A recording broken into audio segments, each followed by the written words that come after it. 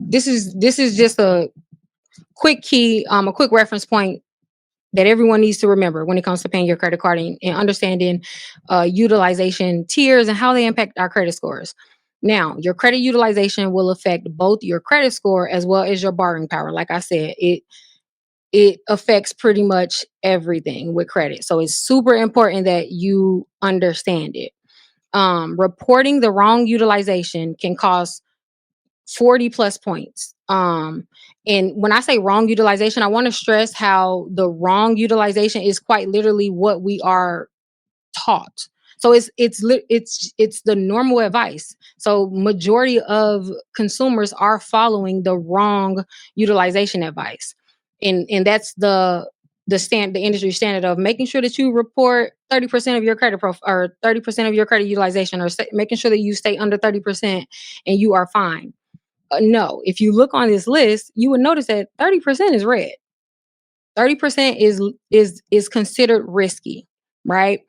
Um, the next tip will go a little more into detail about utilization specifically, but I cannot stress how important it is. If, like I keep on saying, if you are a person that is seeking to improve your credit, um, then do not go past 9%. Don't go past this second level if you want to actually see a difference in your credit profile.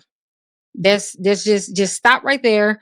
Because anything above that, then you are losing points. You are losing points. You're not maximizing the points that you are receiving for your credit utilization. You're just leaving points on the table, right? So this is just kind of like my standard advice when it comes to the tiers, right? Yeah, Sean, a quick question, because and there might be some people who are not even familiar with, don't know their credit score. Number one, not knowing that they can access it for Mhm. free. But number two, Yes. what is the range now, right? Because I remember 800 was the max score. Is 850 now the max score? Like, that's being the highest. This is really a trust system, right?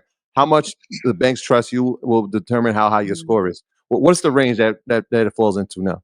Oh yeah, so credit scores range between 300, which is the lowest, and 850. The reason why it's 850 is because like the most widely accepted version of our FICO scores goes off that 850. So we kind of just accept it as like the standard. So yeah, so between 300 and 850, can't go below 300, can't surpass 850.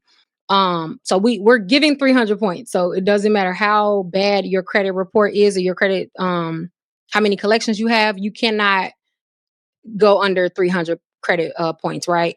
So the entire point and goal of maintaining or obtaining good credit is seeking to get as close to 850 as possible, which math wise, that's just that the difference between 300 and 850 is just 550 points, right? So if we think of our credit scores in net capacity, where you realize that there are 550 points that you could potentially get, right?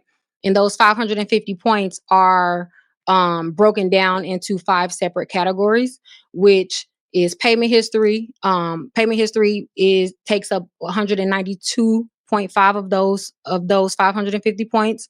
Credit utilization takes up 165. Credit age takes up 82.5. And then credit mix and hard inquiries both take up 55 each. So if you add each of those categories together, it'll equal 550 points, right? And in order to get a perfect credit score, you would have to have a perfect credit report and not have any derogatories or be missing any of those points. There's no reason to aim for a 50 credit score anyway, but that is the highest possibility.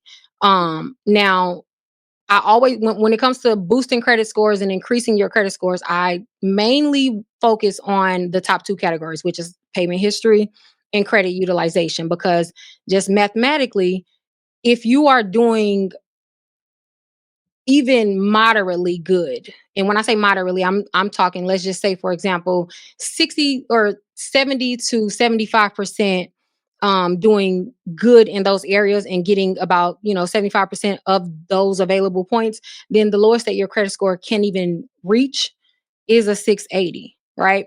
And in case someone is not familiar with how credit score ranges are graded, a 680 is the lowest possible score to be considered to have good credit, right? So that's like the floor of what's considered a good credit profile or a good credit score.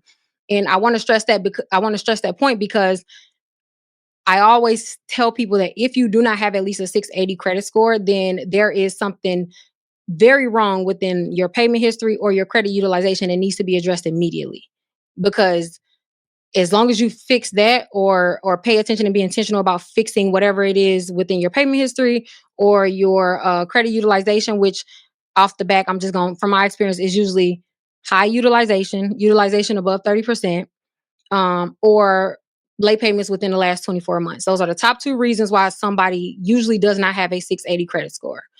If those two things are not does not apply to someone and they have below a 680 credit score, then it's usually like maybe they had like a bankruptcy or something, like something like drastic. But if you don't have at least a 680, then there are very actionable and practical, easy changes and switches that you just need to make, like what we're going over today. And you can get a 680 within, I don't want to promise a certain time limit because it depends on the profile, but very quickly, very quickly.